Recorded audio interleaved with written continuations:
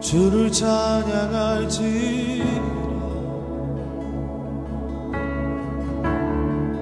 주는 너의 큰 사랑, 큰 도움이시라, 큰 도움이시라.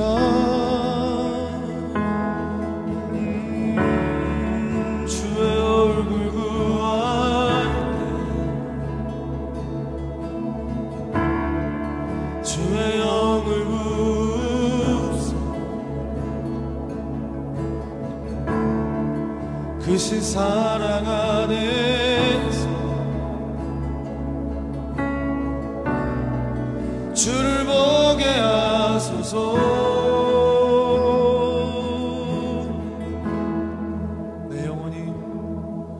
내 영혼이 확정되고 믿음의 눈으로 주를 바라봅니다. 내 영혼이 확정되었사오니 믿음의 눈으로 주를 바라봅니다.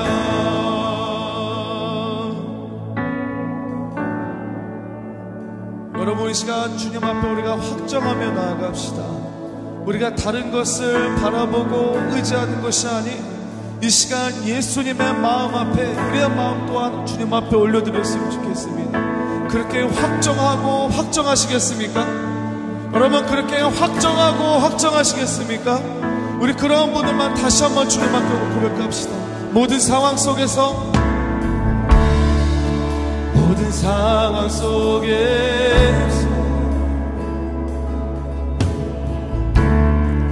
주를 찬양할지.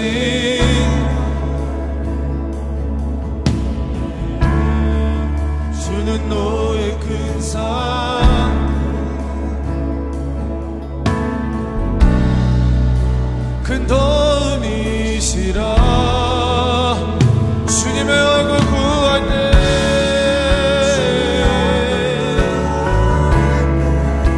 주님의 성령 우리에게 부어주소서.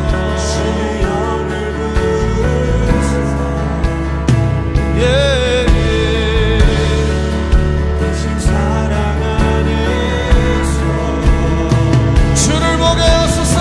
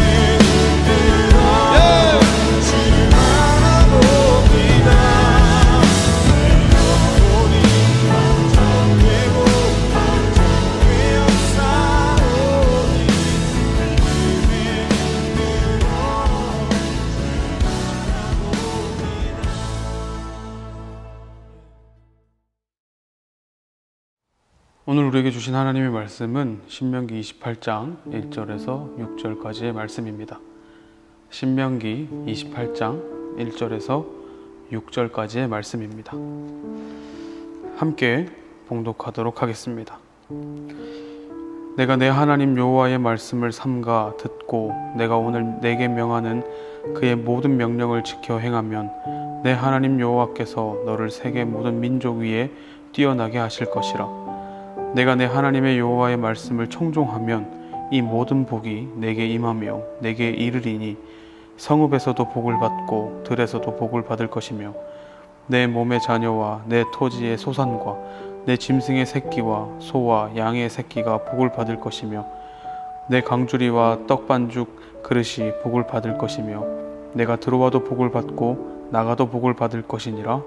아멘. 네, 영성을 마음에 함고 함께 고백하도록 하겠습니다. 나는 하나님의 사람입니다. 그 사랑이 내 마음에 있습니다. 그래서 나는 하나님의 사람입니다. 아멘.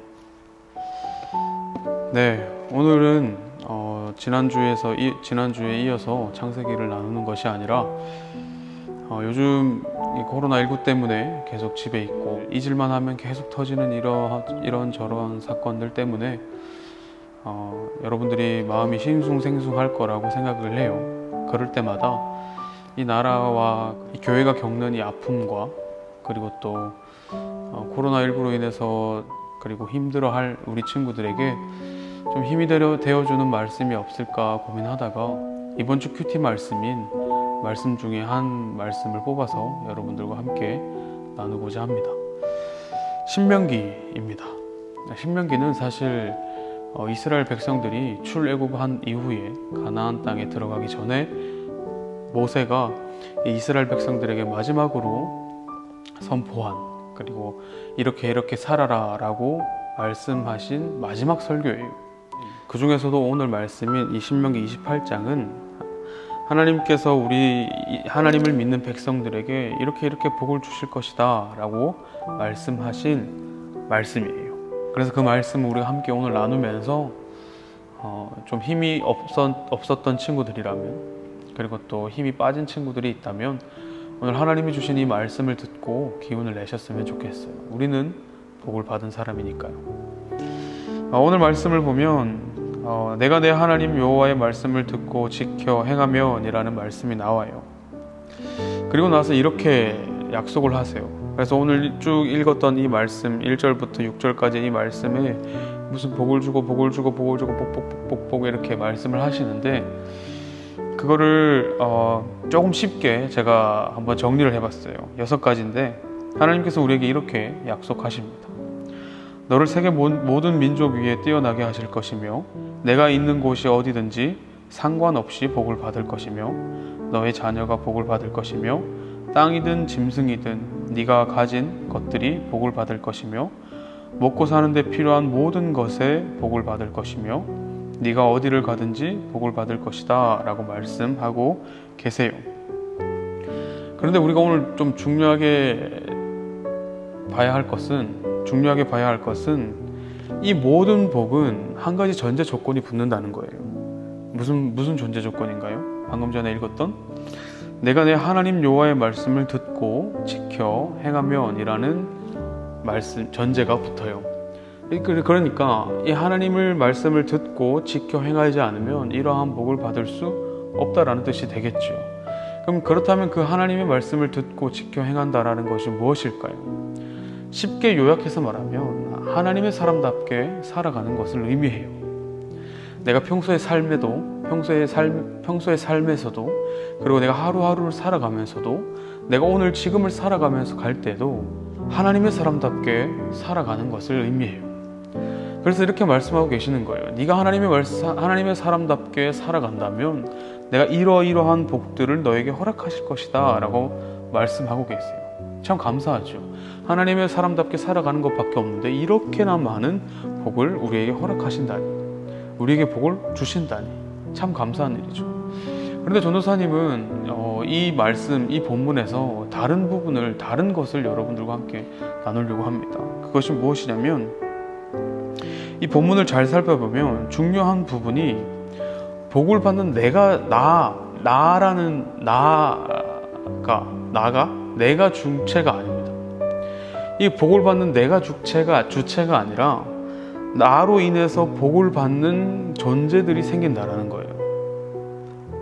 그게 더 중요한 거예요. 너 복 받을 거야가 아니라 나로 인해서 누군가가 혹은 어느 곳이든지 복을 누리게 된다라는 것이죠. 이게 중요한 거예요. 나 하나 때문에 내가 어디에 있든지 그곳이 복이 임하는 곳이 되고, 나 하나 때문에 나의 모든 자녀가 하나님의 복을 누리는 존재가 되며, 나 하나 때문에 내가 가진 모든 것들이 복을 받는 존재가 되고, 나 하나 때문에 나와 함께하는 사람들이 복을 받는 존재가 되는 거예요. 잘 읽어보면 내가 복을 받음으로 인해서 내 주위의 사람들이 다 복을 받고, 내가 가는 어느 곳이든 그곳이 복을 받고, 내가 나로 인해서 내 삶의 환경이 복을 받는 거예요. 이게 중요한 거죠. 내가 복을 받는 것이 중요한 삶이 하나님의 삶이 아니라는 거예요. 내가 복을 받음으로 인해서 그 복이 나에게 그치지 않고 내 삶의 주위로 흩어져 나가고, 그 복이 뻗어져 나가고, 내 삶의 주위의 사람들이 나로 인해서 하나님의 복을 함께 누리게 되는 그것이 중요하다라는 거예요. 그래서 이 말씀을 오해하시는 분이 있는데, 나는 복을 받고 내가 복받고가 아니라는 거예요.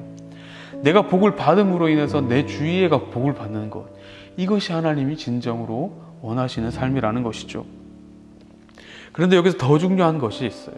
그것은 이 말씀은 반대로, 그러니까 거꾸로도 적용이 된다는 거예요. 나 하나 때문에 복을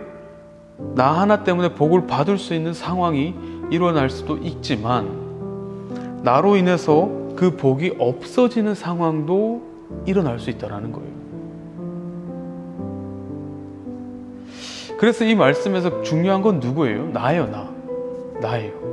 내 주위가 복을 받고 내 주위 사람들이 복을 누리고 하기 위해서도 내가 필요한 것이고, 이 사람들이 복을 제대로 누리지 못하고 나 때문에 이 사람들이 복을 제대로 누리지 못하는 상황이 일어날 수 있다는 거예요. 우리가 지난번에 함께 나누었던 말씀 중에 창세기 12장 2절에서 3절까지의 말씀이 있어요. 이건 하나님께서 아브라함에게 축복하시면서 말씀하신 것인데, 이렇게 이야기하고 있어요. 제가 읽어볼게요. 창세기 12장 2절에서 3절이에요. 내가 너로 큰 민족을 이루고 내게 복을 주어 내 이름을 창대하게 하리니 너는 복이 될지라. 너를 축복하는 자에게는 내가 복을 내리고 너를 저주하는 자에게는 내가 저주하리니 땅의 모든 족속이 너로 말미암아 복을 얻을 것이라 하신지라. 아멘. 하나님께서 누구에게 지금 말씀하고 계시죠? 아브라함이에요. 아브라함 한 사람에게 말씀하고 계시는 거예요. 내가 너로 큰 민족을 이루고 내게 복을 주어 내 이름을 창대하게 하리니 너는 복이 될지라. 너에게 말씀하고 계시다. 아브라함에게 말씀하고 계시다고요. 다시 말하면 이 말씀을 나에게 말씀하고 계시는 거예요. 우리 이 땅에 있는 모든 민족과 모든 세상 사람들이 다 복을 받게 해주겠다 말씀하셔서 모든 사람들에게 이 말씀을 동시에 전달하는 것이 아니라, 이 모든 사람들 가운데 한 사람을 정해서 그 사람에게 말씀하고 계시는 거예요. 아브라함, 즉 하나님을 믿는 우리들에게 말씀하고 계시는 거예요. 나에게 말씀하고 계시는 거예요. 그래서 이 복이라는 것은, 하나님이 우리에게 누리게 하시는 그 복이라는 것은 나로 인해서 생기는 복이고, 나로 인해서 내 주위가 받을 수 있는 복이라는 거예요. 그래서 내 삶에서 중요한 부분이 주체가 나라는 거예요. 하나님과 나와의 관계가 중요한 거예요. 여러분들 간혹 보면 유튜브나 이런 데서 보게 되면 누군가의 간증을 듣는 것을 들은 적이 있을 거예요. 물론 관심이 없는 친구들도 있겠지만, 나는 이렇게 해서 복을 받았네, 나는 이렇게 해서 하나님께 복을 누렸네, 나는 이렇게 해서 하나님께서 사랑을 받았고 하나님께서 이렇게 뭘 축복하셔서 이렇게 받았네 라고 하는 간증 영상을 많이 보셨을 거예요. 그런데 우리가 그 간증 영상을 보면서 어떤 마음이 드냐면, 와, 부럽다. 여기서 그쳐요. 무슨 말이냐면, 계속해서 남의 간증을 보는, 누군가가 하나님의 복을 받는 그것만 구경하고 있는 거예요. 나도 하나님의 사람이고, 나도 하나님의 복을 누릴 자격이 있는 사람이고, 나도 하나님의 복을 받을 수 있는 자격이 충분함에도 불구하고 누군가의 복받은 내용만 계속 주구장창 듣고 앉아 있는 거예요. 하나님이 누구에게 말씀하시고 계세요? 나에게 말씀하고 계세요. 내가 너에게 복을 주겠다. 내가 너에게 복을 허락하겠다. 내가 너에게 내가 가진 그 모든 것을 너에게 허락하겠다라고 말씀하고 계세요. 그런데 나는 오늘 여전히 다른 사람이 복받은 내용, 다른 사람이 누리는 하나님의 은혜를 누리는 내용, 하나님의 복을 누리는 내용만 보면서 아, 부럽다. 나도 저렇게 되고 싶다. 하고 거기서 그치는 거예요. 그치는 거예요. 오늘 이 말씀의 모든 전제 조건이 뭐라고 말씀드렸죠? 내가 내 하나님 여호와의 말씀을 듣고 지켜 행하면이에요. 듣고 지켜 행하면. 하나님의 사람답게 살아간다면 하나님께서 이 모든 복을 너에게 허락하시겠다라고 말씀하고 계신 그 말씀을 먼저 내 마음 가운데 새겨야 하는 거예요. 단순히 교회 왔다 가는 인생, 그것이 중요한 게 아니에요. 내 삶을 평소에 하나님의 사람답게 살아가는 것, 그것을 살아내는 것이 중요하다라는 이야기죠. 그래서 하나님께서 이 모든 백성에게 그렇게 다 말씀하신 것이 아니라 이 아브라함 한 사람에게 말씀하고 계시는 거예요. 나에게 말씀하고 계신다.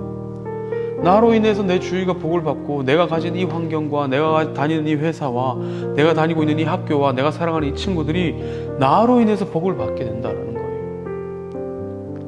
바꿔서 얘기하면, 바꾼다면 내가 하나님의 사람답게 살아가지 않는다면 내 주위가 하나님의 복을 누리지 못하는 인생이 된다는 거죠. 내가 나뿐만이 아니라 내가 하나님의 복을 누리지 못하는 삶뿐만이 아니라 내 주위의 모두가 하나님의 은혜와 복을 누리지 못하며 살아가는 인생이 된다는 거예요. 그래서 우리는 남 탓할 필요가 없어요.